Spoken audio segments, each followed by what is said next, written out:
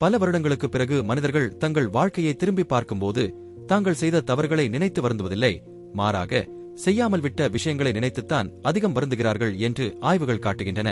நம்முடைய மூளை இந்த விதமாக வடிவமைக்கப்பட்டிருப்பதற்கு பின்னால் ஒரு குறிப்பிட்ட உளவியல் காரணம் இருக்கிறது. இப்போது 2 மனிதர்களை கற்பனை செய்துக் கொள்ளுங்கள். ஒரு நபர் ஒரு புதிய முயற்சியை எடுக்கிறார், ஒரு தொழிலை தொடங்குகிறார், தனக்கு பிடித்த ஒருவரிடம் காதலை சொல்கிறார், அல்லது ஒரு புதிய நகரத்திற்கு மாறுகிறார். ஆனால் அது தோல்வியில் முடிகிறது. இன்னொரு நபர் எந்த ஒரு முயற்சியையுமே எடுக்காமல் அப்படியே இருக்கிறார். தர்க்க ரீதியாக பார்த்தால் தோற்றுப்போன முதல் நபர்தான் அதிக வேதனையை அனுபவிப்பார் என்று நீங்கள் நினைக்கலாம். ஏனென்றால் அங்கே ஒரு வெளிப்படையான இழப்பு இருக்கிறது. பணம் போயிருக்கலாம், நிராகரிப்பின் வலி இருக்கலாம், அல்லது நாம் போட்ட திட்டம் தவிடுபொடியாகி இருக்கலாம். ஆனால் மனிதர்களின் மனவருத்தம் குறித்த ஆராய்ச்சிகள் முற்றிலும் மாறுபட்ட ஒரு உண்மையை காட்டுகின்றன. காலம் செல்லச் செல்ல நாம் செய்யாமல் விட்ட விஷயங்கள்தான் நம்மை நிழல் போல துரத்தி வதைக்கின்றன. இதற்கு காரணம் உளவியலாளர்கள் செயலாக்க விளைவு என்று அழைக்கும் ஒரு விஷயம்தான். குறுகிய காலத்தில் நீங்கள் செய்த ஒரு தவறான காரியம் உங்களுக்கு அதிக வலியை தரும். ஏனென்றால் எங்கே தவறு நடந்தது என்பதை உங்களால் துல்லியமாக சுட்டிக்காட்ட முடியும். நீங்கள் ஒரு முடிவை எடுத்தீர்கள், அது தவறாகிவிட்டது. அந்த வலி கூர்மையானது, உடனடியானது. ஆனால் ஆச்சரியப்படும் விதமாக அந்த வலி மிக வேகமாக மறைந்துவிடும். உங்கள் மூளை அதை ஒரு முடிவடைந்த நிகழ்வாக பதிவு செய்து கொள்கிறது. நீங்கள் முயன்றீர்கள், அது நடக்கவில்லை, அவ்வளவுதான். அதற்கு ஒரு தெளிவான எல்லை இருக்கிறது, ஒரு ஆரம்பம், ஒரு மத்திய பகுதி, ஒரு முடிவு. ஆனால் நீங்கள் முயற்சிக்காமல் விட்ட விஷயம் அப்படியல்ல. அதற்கு முடிவே கிடையாது. உங்கள் மூளை அந்த பக்கத்தை எப்போதும் திறந்து வைத்திருக்கும்.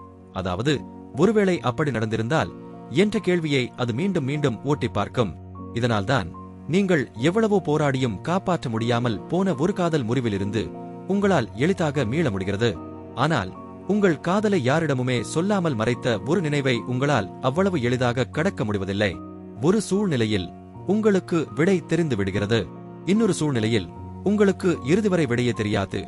இந்த விடை தெரியாத நிலையைத்தான் நம் மனதால் ஒருபோதும் கோப்பில் அடைத்து வைக்க முடிவதில்லை. ஆழமாக பார்த்தால் இதற்கு பின்னால் மற்றொரு உளவியல் காரணமும் இருக்கிறது. நம் மூளை முழுமையடைந்த கதைகளை விட முழுமையடையாத கதைகளைத்தான் தீவிரமாக கவனிக்கும். இதை ஜெய்கர்னிக் விளைவு என்பார்கள். ஒரு உளவியலாளர் உணவகங்களில் இருக்கும் பணியாளர்களை கவனித்தபோது இதை கண்டுபிடித்தார். அந்த பணியாளர்களால் பில் கட்டப்படாத வாடிக்கையாளர்களின் சிக்கலான ஆற்றல்களை கூட மிக துல்லியமாக நினைவில் வைத்திருக்க முடிந்தது. ஆனால் பில் கட்டப்பட்டு கணக்கு தீர்க்கப்பட்ட அடுத்த நொடியே அவர்கள் அதை முழுமையாக மறந்துவிட்டார்கள். நம் மனமும் அப்படித்தான். இவ்வளவு வலியான ஒன்றாக இருந்தாலும் ஒரு காரியத்தை நாம் செய்து முடித்துவிட்டால் மூளை அதை முடிந்தது என்று கோப்பில் அடைத்துவிடும். ஆனால் செய்யாமல் விட்ட காரியம் எப்போதும் திறந்தே இருக்கும். மூளை தானாகவே அந்த திறந்த பக்கத்திற்கு திரும்ப திரும்ப செல்லும். நீங்கள் அதை நினைக்க வேண்டும் என்று விரும்பாவிட்டாலும் அது உங்கள் நினைவுக்கு வரும். மிக மோசமான நேரங்களில், நள்ளிரவில், நீங்கள் தனிமையில் இருக்கும் அமைதியான தருணங்களில், உங்களை திசை திருப்ப வேறு எந்த விஷயமும் இல்லாத போது அது உங்களை தேடி வரும். உளவியலாளர் தாமஸ் கிலோவிச் செய்த மனவருத்தம் குறித்த ஆய்வுகள் இதை உறுதிப்படுத்துகின்றன.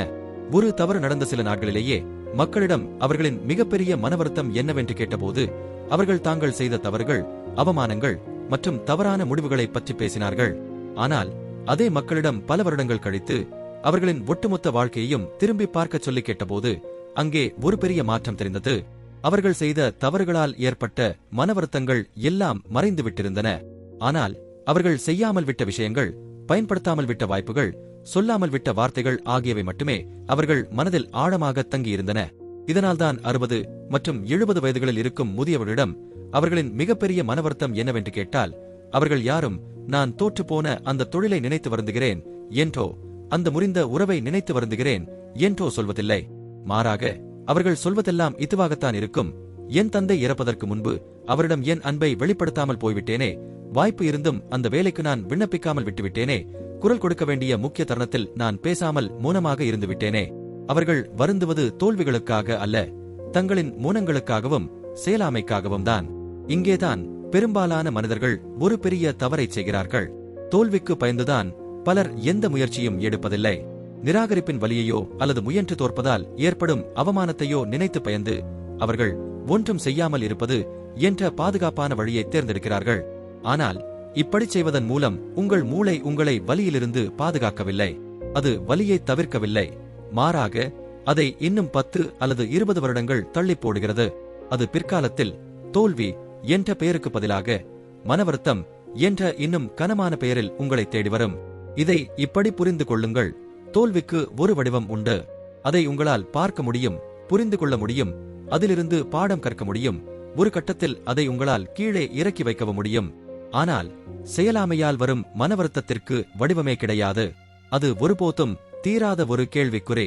எல்லாவற்றிலும் ஒரு தெளிவை விரும்பும் நம் மூளை தீர்க்கப்படாத அந்த கேள்வியை நோக்கி மீண்டும் மீண்டும் செல்லும். ஒரு முடிவை எடுப்பதற்கு முன்பு நாம் ஏன் இவ்வளவு பதற்றமடைகிறோம், ஆனால் ஒரு தவறான முடிவை எடுத்த பிறகு ஏன் அந்த பதற்றம் குறைகிறது என்பதையும் இது விளக்குகிறது.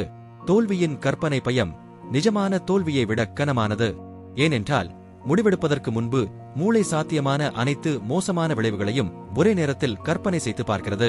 ஆனால் ஒரு முடிவை எடுத்துவிட்ட பிறகு அந்த கற்பனை நிறுத்தப்படுகிறது. நிச்சயமற்ற தன்மை முடிவுக்கு வருகிறது. வலியை விட இந்த நிச்சயமற்ற தன்மையை தாங்குவதுதான் நம் மூளைக்கு மிகவும் கடினமான விஷயம். இதன் பொருள் நீங்கள் கண்மூடித்தனமாக யோசிக்காமல் எந்த முடிவையும் எடுக்க வேண்டும் என்பதல்ல. நீங்கள் ஒரு செயலை செய்வதற்கு முன்பு உணரும் பயம் தற்காலிகமானது என்பதை புரிந்து கொள்ள வேண்டும். அதன் விளைவு என்னவாக இருந்தாலும் அந்த பயம் ஒருமுறை உச்சத்தை தொட்டுவிட்டு பிறகு தணிந்துவிடும். ஆனால் முயற்சிக்காமல் விட்ட பயம் தானாக மறைவதில்லை. அது அமைதியாக உங்களுக்குள் வளர்ந்து கொண்டே இருக்கும். பல வருடங்கள், ஏன் பல தசாப்தங்கள் கழித்து கூட அந்த தருணம் உங்களை கடந்து போன பிறகும் அது மீண்டும் மீண்டும் உங்களை வதைக்கும். உங்களுக்கு நடந்த விஷயங்களோடு அது எவ்வளவு வலியான, அவமானகரமான அல்லது நஷ்டத்தை ஏற்படுத்திய ஒன்றாக இருந்தாலும் ஏதோ ஒரு வழியில் சமரசம் செய்து கொள்ள உங்கள் மூளையால் முடியும். அவை அனைத்தும் உங்கள் வாழ்க்கை கதையின் ஒரு பகுதியாக மாறிவிடும். ஆனால் நடக்கவே செய்யாத ஒரு விஷயத்தோடு நம் மூளையால் ஒருபோதும் சமரசம் செய்து கொள்ள முடியாது.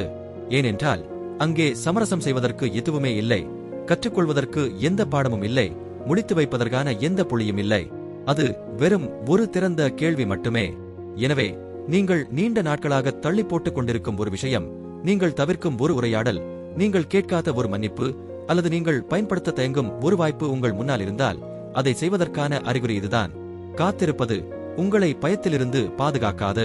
அது பயத்தை தள்ளி போட்டு பின்னணியில் அதை இன்னும் பெரிதாக வளர்க்க மட்டுமே செய்யும். இந்த வரிகள் உங்களை ஒரு நொடி யோசிக்க வைத்திருந்தால், நீங்கள் இப்போது எதை செய்ய வேண்டும் என்று உங்கள் மனதிற்குள் தோன்றுகிறதோ அதுதான் நீங்கள் எடுக்க வேண்டிய அந்த முடிவு.